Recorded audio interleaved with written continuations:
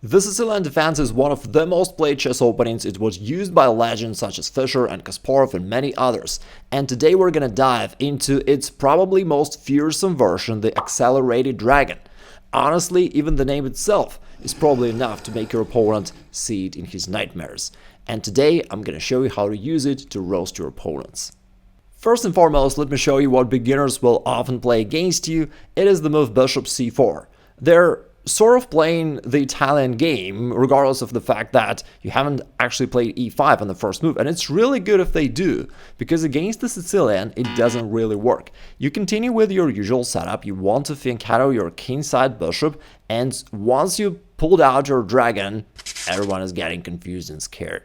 Now, your opponent can do whatever. I recommend that you use this setup. Actually, Fischer loved it a lot, and it makes a ton of sense. Now you can see the main difference, why this move Bishop c4 does not work against the Sicilian. From here, the bishop is hitting the wall. It has no moves forward, really. It is completely useless there. Now, that's a big difference, because imagine if the pawn was on e5, similar to the Italian game. Then the bishop hits your weakest square, that f7 square, which is a doorway to your king. And then the bishop on c4 would make a ton of sense. But now you can play e6, now the bishop is hitting the wall, is becoming useless. Moreover, on the next turn, once you play knight to e7, you're now ready to play d5, and to strike in the center, attacking and gaining one more tempo, hitting this useless bishop. Now, as I said, Fischer actually loved this setup a lot. He played it against the English opening and whatnot. Here the idea is, you've got this monstrous bishop along this diagonal. Your knight from here is ready to jump to d4, the strong central square in the future, and you're ready to grab the center with d5. For example, if white goes bishop e3, trying to develop his bishop and hit the pawn, you continue with d5, which is a counter strike.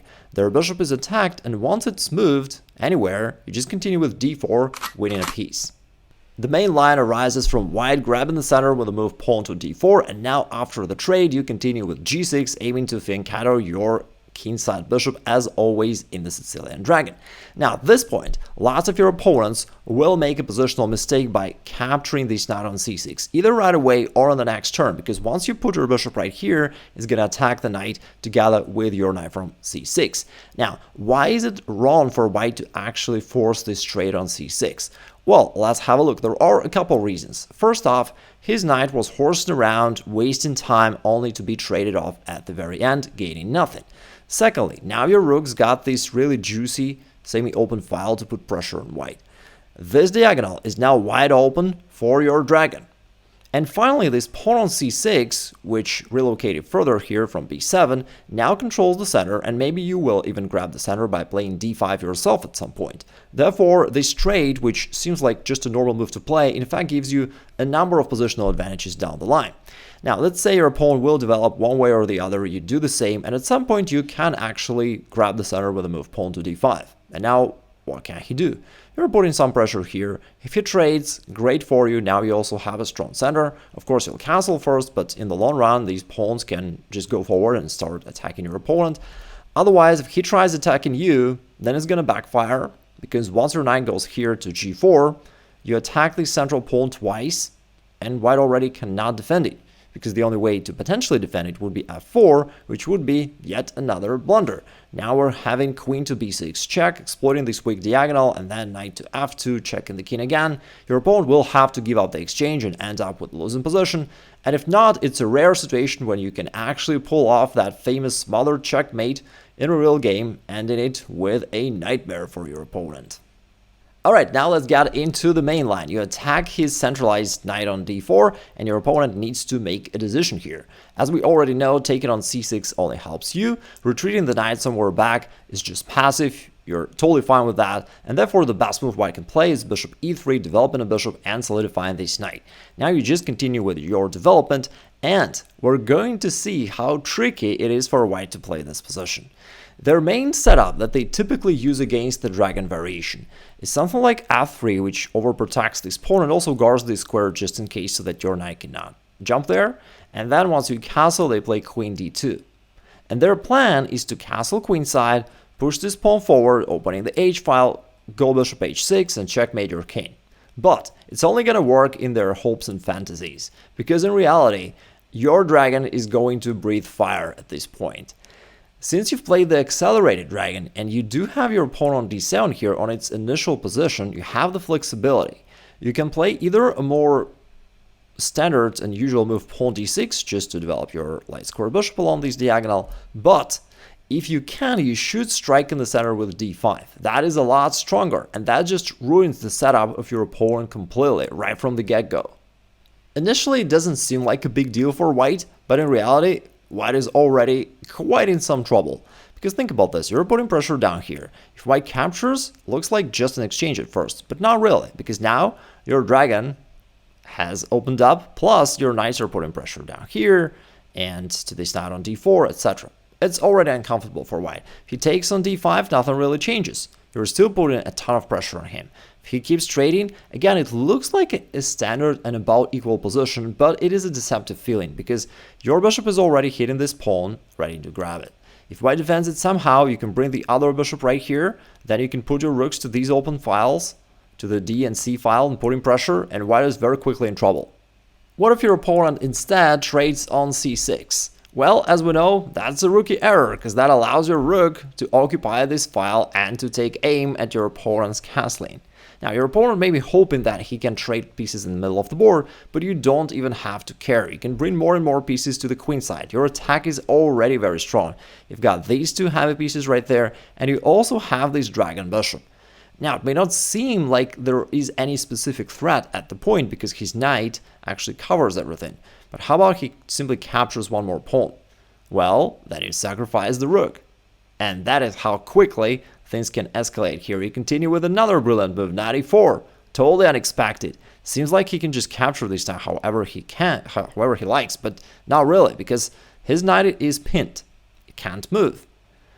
At the same time, he can't ignore it because you're having so much pressure down here. Therefore, he has to take it, but then queen b4, check, kicking the king back. Wherever it goes, you continue with bishop takes c3, and you're winning the game. It's almost a checkmate. He can give up the queen, but he's still losing. It may seem like a combo from the previous example was just a sudden tactical opportunity, but not really, because the dragon is indeed that dangerous. Now, let me show you another line, which you may face if you play against a higher rated opponent.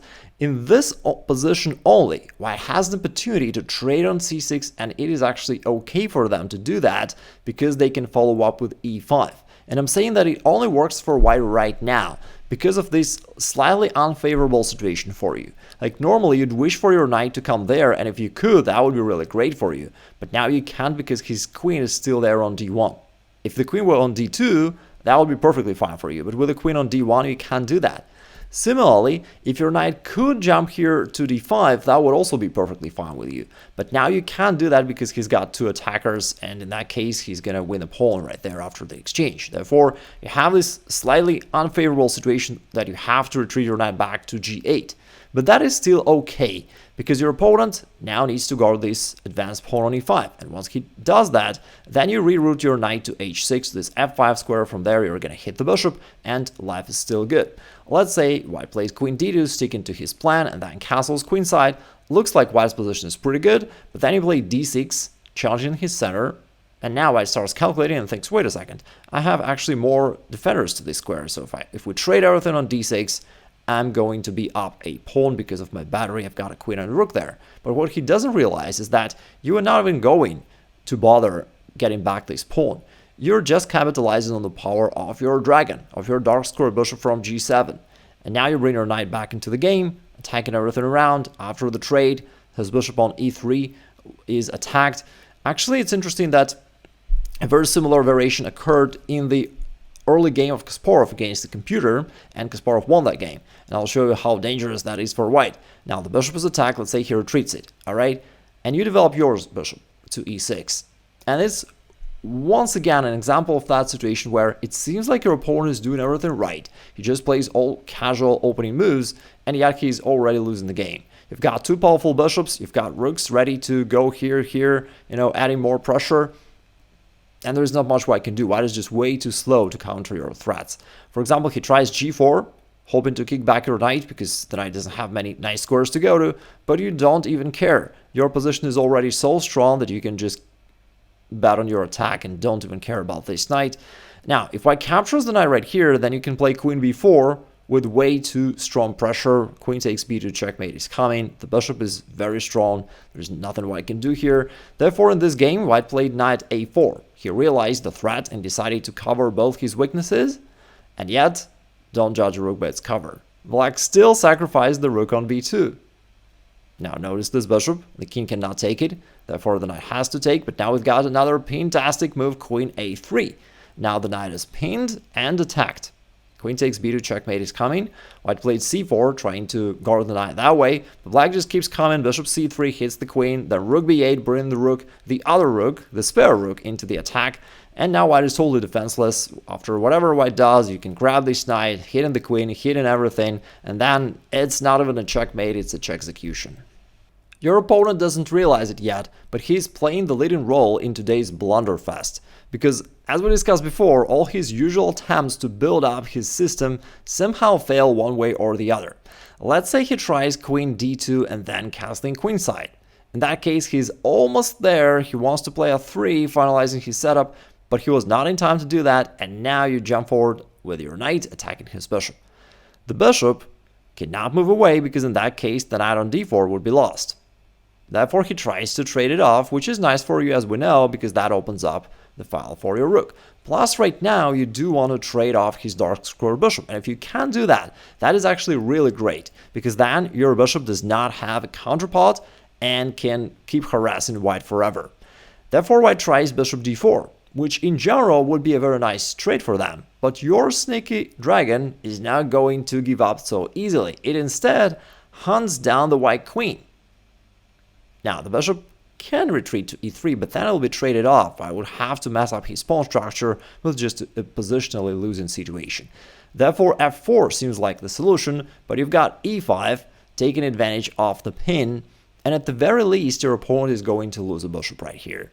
If he tries to hold on, it doesn't really work, because, you know, in fairy tales, a knight usually saves the queen. But here, in real life, the knight was eating too much McDonald's and is just way too slow to help, and the dragon succeeds. By the way, if you want to know how to always spot your opponent's mistakes and blunders and take advantage of them, I've got a free masterclass about this. Check this out, I'll drop the link below. This time your opponent thinks to himself, okay, this time I'm gonna be really smart, I'm gonna avoid all those pitfalls. And he plays f3 first to overprotect his center and kingside so that your knight cannot jump there. Okay, you castle. Then he thinks to himself, okay, I know that in general, I'd wish to play queen d2 and castle, but now black can strike with d5 and, you know, break open the center, and basically white's setup is ruined. Therefore, he thinks to himself, okay, I'm gonna play bishop c4 first, which develops my bishop, but also prevents black from striking in the center. Now white is ready to finally build his setup, to play queen d2 and castle and get to that ideal setup that he wants to achieve. But not this time. You have queen b6. And you take advantage of the fact that your opponent was just a little bit way too slow. Normally, if his queen were on d2 already, white would simply castle. But now he can't, and otherwise he's got to protect these pawns somehow. Also notice that we're putting some pressure down this diagonal. Therefore, white, for instance, cannot just trade off knights. Instead of recapturing, you've got a smarter move to play. You can simply play queen takes e3 with a check, checking the king, and on the next turn you're gonna grab this bishop on c6, ending up with an extra piece. Therefore, that is also not a solution for white. And if white does whatever to protect this pawn, or even gives up the pawn altogether, you've got one more tactics. Knight takes e4, which hits the queen, but also opens up the diagonal for your bishop. And after white captures it anyhow, you then take on d4, and you snatch that pawn on e4 in the meantime. Now you're attacking this bishop on e3. If white trades off everything on d4, then he'll end up with the losing endgame down a pawn. If he tries counterattacking, again, you don't even have to care, your attack is way stronger. You play queen takes b2, attacking his rook. From there, we're going to check the king. If the rook moves, now you can grab the knight. If he trades, you recapture with a check. It's good for you. If he captures the rook, you also capture something. Now white is totally lost. His bishop on f8 is also attacked. And on top of all that, his queen is once again kidnapped by the dragon. What else can your opponent play against your accelerated dragon? There is also a move pawn to c4, which is just a bit dry and drawish, while it's just trying to overprotect everything. Luckily for us, I've checked the database, only 1 out of 10 guys will play this against you, and if they do, you can say something like, bro, hiding under the bed would be even safer, and you won't have to face it again, okay? So coming back to main lines, here you attack the knight. If the knight comes back, again, it's just passive, not dangerous for you. Continue with your usual development, knight f6 castle, life's good. If they defend this knight by going bishop e3, then it is the main line. Now we know that an attempt to build up that aggressive setup somehow always fails one way or the other. What if white gives up on that idea altogether and just tries to develop and castle kingside? It seems like he secured himself from most of your threats. Like, you can't go knight g4 hitting the bishop because there is a queen right there. Well, actually, it's still a move because you can then grab his knight on d4, but still, you're not winning there. So knight g4 is not a winning option for black. d5 is harder because white controls this square so much. What can you play here? You still have a trick. Instead of playing d5 right away, you can first sacrifice your knight on e4 temporarily and then push the very same move, pawn to d5, this time with a double attack. And again, as always, whenever you can push that pawn and open up this diagonal for your bishop, usually it is now white who is struggling and who is now trying to find a way for equality. For example, he trades on c6, nothing changes, those two pieces are still hanging. He tries to get at least a pawn for a bishop.